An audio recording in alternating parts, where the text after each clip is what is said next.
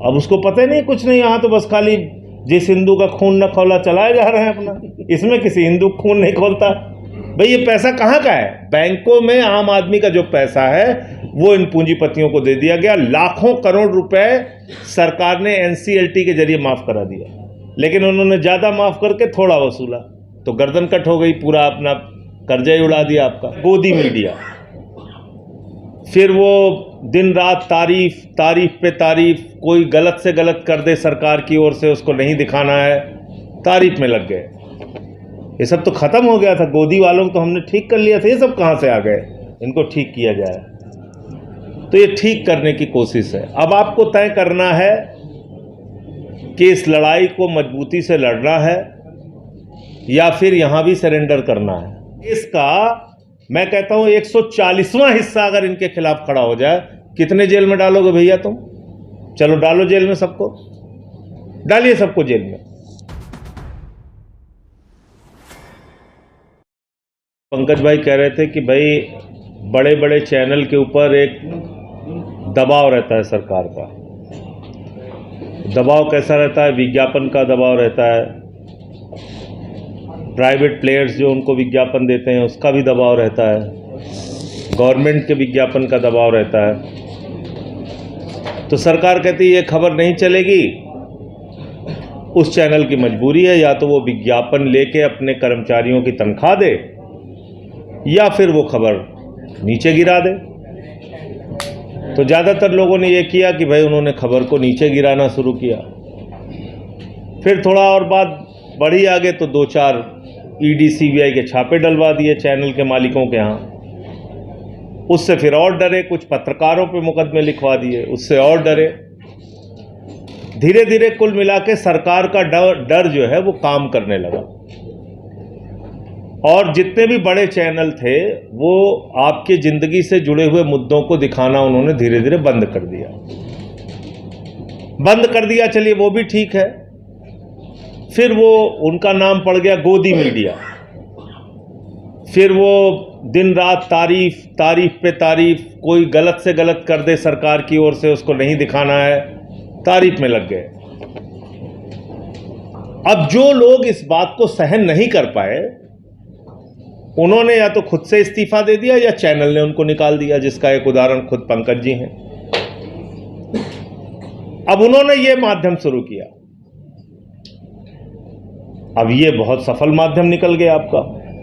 YouTube पे चलने लगा, फेसबुक पे चलने लगा, रील चलने लगी। रील इतनी ज़्यादा चलने लगी कि बिहार के चुनाव में प्रधानमंत्री जी कहे, बोले अच्छा कुछ नहीं कर रहे हैं, तुमको फ्री में डाटा दे रहे हैं ना, रील बना रहे हो ना, तुम लोग कमा रहे हो ना। तो बोले तो कमाने भी लगे ये लोग। नेशनल दस्तक वाले भी कमा रहे हैं, मॉल्टिक्स वाले भी कमा रहे हैं, इनके साथ के लड़के भी कमा रहे हैं और चिल्ला भी रहे हैं। हमसे पूछते भी हैं कि नेताजी बताइए इसका जवाब तो आपको देके जाना होगा। कहने तो हम भूल गए थे कि जाना होगा देके। ये सब तो खत्म हो गया था। गोदी वालों को तो हमने ठीक कर लिया था, ये सब कहाँ से आ गए? तो बोले अब इनको ठीक करना है। और मैं समझता हूँ कि ये काम अगर वो करने में सफल हो गए तो उनका 100% काम हो जाएगा। अभी तो कुछ चैनल की बात हो रही है ना, 4PM, मॉलिटिक्स, नेशनल दस्तक, मुकेश मोहन, राजीव निगम, ऐसे कुछ लोगों की बात हो रही है ना। आप कल्पना कीजिए कि अगर जितने भी यूट्यूब के चैनल हैं उन पर इसी तरह की निगरानी शुरू हो गई, कोई भी सही खबर आप नहीं दिखा पाएंगे। अच्छा, आपके ऊपर भी दबाव है भाई। अब आपके पास 4-5 लोगों की टीम है, कोई वीडियो की एडिटिंग करता है, कोई फील्ड में जाकर रिपोर्टिंग करता है, उसको भी तो चलाना है आपको ना। तो अब उस पर उनकी निगाह पड़ गई है कि अच्छा ये रील से पैसा कमा रहे हैं, ये यूट्यूब पे अच्छा लाखों लाख व्यूज हो रहा है इनका, शंभू का, इनको ठीक किया जाए। तो ये ठीक करने की कोशिश है। अब आपको तय करना है कि इस लड़ाई को मजबूती से लड़ना है या फिर यहां भी सरेंडर करना है, इनके आगे झुकना है। मैंने तो तय किया है भाई, झुकना नहीं है। 6 महीने 183 दिन जेल भेजे। लोग इंतजार कर रहे थे कि जेल से बाहर आएंगे तो कितने डरे हुए रहेंगे, कितने घबराए हुए रहेंगे, क्या क्या बोलेंगे, क्या क्या नहीं बोलेंगे। जिस दिन से मैं आया हूं उस दिन से लेके आज तक कोई भी ऐसा दिन नहीं गया जिसमें नरेंद्र मोदी की सरकार के खिलाफ जमकर ना बोला हो। खूब बोलता हूं मैं, बोलना है। अच्छा, 140 करोड़ की आबादी में 6 लाख लोगों की जेल है पूरे हिंदुस्तान में। 6 लाख लोगों की, भरो जेल, डालो सबको। अगर देश का, मैं कहता हूं 140वां हिस्सा अगर इनके खिलाफ खड़ा हो जाए, कितने जेल में डालोगे भैया तुम? चलो डालो जेल में सबको, डालिए सबको जेल में। तो पहली बात तो ये जेल, मुकदमा, लाठी डंडा, इसका भय अपने दिमाग से निकालना होगा। जब कुछ गलत किया नहीं है तो डरना किस बात का? जो सच्चाई है उसके साथ खड़े होना है, वो खबरें दिखानी है। और इस लड़ाई में 95, 96, 70% नहीं, 100% आपके साथ खड़ा हूं मैं, 100%। चाहे सड़क पे बुला लीजिएगा और चाहे सदन में। आपने कहा नहीं था मुझसे, लेकिन मैंने अपनी तरफ से वहां पे संसद के अंदर बोला। हमने कहा तुम अर्थव्यवस्था कहां से ठीक करोगे? तुम्हारा दिन रात तो दिमाग इसी में लगा हुआ है कि कैसे किसको बंद करें, कैसे किसको जेल में डालें। एक बात बिल्कुल आप साफ जान लीजिए, एक ही ये माध्यम बचा। अब जैसे हम लोग हैं, हम किसी टीवी चैनल पे जाना ही पसंद नहीं करते, कोई बुलाए ना बुलाए।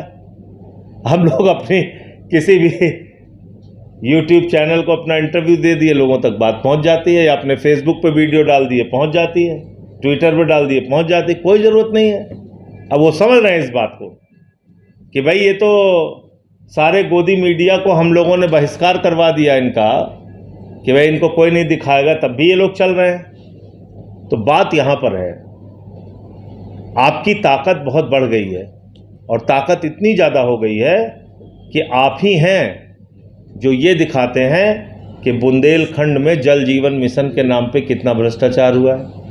आप ही हैं दिखाते हैं जो पानी की टंकी बनी नहीं, और पानी की टंकी उद्घाटन से पहले टूट गई, या 4 साल से बनी नहीं और पैसा निकाल लिया गया, या सड़कें कहाँ गांव में कहाँ भ्रष्टाचार है, या मोमबत्ती में ऑपरेशन कहाँ हो रहा है, या अस्पताल में कुत्ता कहाँ बैठा हुआ है, या मिड डे मील में नमक रोटी कहाँ खिलाई जा रही है, या कितने सरकारी स्कूल बंद हुए, कितने की छत गिर गई। कहीं ये खबर आप किसी मेन स्ट्रीम मीडिया में देखते हैं? ये सिर्फ और सिर्फ यूट्यूब चैनल वाले दिखा रहे हैं, आप लोग दिखा रहे हैं। ये ताकत सरकार समझने लगी है। तो इस ताकत को अगर बचा के रखना है तो फिर जिंदा दिली से इनसे लड़ना होगा। और अगर जैसे गोदी मीडिया वाले सरेंडर कर चुके हैं, ऊट पटांग खबरें दिखाते रहते हैं, इस्लामाबाद पर कब्जा हो गया है, यहाँ देखिए लाहौर में सब आ गए हैं, सेना घुस गई है, यही सब अगर दिखाना है तो बस ठीक है, फिर तो जैसे चल रहा है चल ही रहा है। और अभी आप ये बोल दिए, कहना अच्छा तो ये आपको तकलीफ है इस बात से कि हम लोग इस्लामाबाद आ रहे हैं। हमने कहा भैया इस्लामाबाद नहीं, पूरा पाकिस्तान ले लो, लेकिन सही सही कर लो ना। आप हमारे सेना के लोगों के जान थोड़ी संकट में डाल सकते हो। वो अपना तैयारी किए हुए बॉर्डर, तुम उनको बता रहे हो इस्लामाबाद। तो कुल मिलाकर ये जो इस प्रकार से एक और सूचनाओं का इतना जबरदस्त आतंक है कि आप कल्पना नहीं कर सकते, इतना जबरदस्त आतंक है। इनका जो व्हाट्सएप का विश्वविद्यालय चलता है वो कौन काउंटर कर रहा है? आप ही लोग काउंटर कर रहे हैं। कुछ भी फैलाते रहते हैं, कुछ भी फैलाते रहते हैं। बता देंगे कि देखिए मुसलमान तो ऐसे हैं और ये यहाँ पे ये हो रहा है, वहाँ वो हो रहा है। अखिलेश यादव ने मुलायम सिंह यादव को थप्पड़ मारा, ये फेक, बताइए, फेक न्यूज चला दिया, फेक न्यूज चला दिया। हम जिस चैनल पे जाते हैं तो अंतिम कहते हैं अच्छा तो ये जो आपके खिलाफ चलाते हैं ये लोग खबर की टिकट आप ब्लैक करते थे। आप बताइए, मैं अगर मौसम का हाल लिख दूं तब भी 300 नीचे कमेंट लिखेंगे कि ये टिकट ब्लैक करता था। स्टैब्लिश कर दिया है, पूरे देश में झूठ फैला दिया है। लेकिन मैं भी आनंद लेता हूं, मैं कहता हूं चलो अपना फैलाओ झूठ, 2 रुपए कमाते रहे हमारे नाम पे, उसमें मुझे कोई बुरी बात नहीं। 2 रुपए अगर हमारे नाम पे उनकी कमाई हो रही है, हमको गालियां देके चलो ठीक, कोई बात नहीं। अब मेरे माँ बाप ने मुझे पढ़ाया माइनिंग इंजीनियरिंग, उड़ीसा के स्कूल ऑफ माइनिंग इंजीनियरिंग से पढ़ाई कराई। मैं उड़िया भी बोल लेता हूँ, हिंदी भी बोल लेता हूँ, इंग्लिश भी बोल लेता हूँ। लेकिन आपको कह दिया वो शुभम टाकीज में टिकट ब्लैक करता था। तो ये जो इस प्रकार का आतंक है, इससे आपको कैसे लड़ना है, इसके लड़ने के लिए आप लोग हैं, इसलिए घबराए हुए हैं। इसलिए परेशान है। आज आप देखिए 2-2, 3-3 मिनट की इतनी शानदार वीडियो आती है, पूरा अडानी का भ्रष्टाचार खोल रहे हैं, कहीं कोयले का भ्रष्टाचार खोल रहे हैं, कहीं स्टील डिपार्टमेंट में हो रहे भ्रष्टाचार को। कोई कहता है ना सरकार में भ्रष्टाचार नहीं, इतना ऑर्गेनाइज्ड भ्रष्टाचार है कि आप कल्पना नहीं कर सकते, सोच भी नहीं सकते ऐसा भ्रष्टाचार है। कल अभी मैंने पार्लियामेंट में बोला, एक बिल ये लेके आए हैं, इंसॉल्वेंसी बैंक्रप्सी कोड। क्या बिल है साहब? जितने देश के बड़े बकायादार हैं उनको संरक्षण देने के लिए बिल है। एनसीएलटी एक बना दिया इन्होंने कि वहां जाइए अपना सेटलमेंट कराइए। और सेटलमेंट कैसा हुआ है ये लिस्ट में दूंगा, इसको आप सबको चलाना चाहिए। किसी का बकाया है 40,000 करोड़ रुपए, 40,000 करोड़ रुपए बकाया है, उससे 3,000 करोड़ रुपए जमा कराया, 37,000 करोड़ रुपए माफ कर दिया। अब उसको पता ही नहीं, कुछ नहीं, यहां तो बस खाली जिस हिंदू का खून न खौला चलाए जा रहे हैं अपना। इसमें किसी हिंदू खून नहीं खोलता।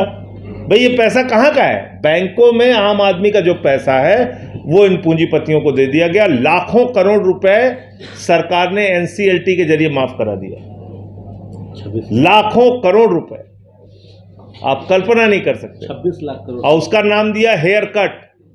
तो कल सब मजाक कर रहे थे कि हेयर कट क्या होता है, हमने कहा ये हेयर कट नहीं, गर्दन कट है।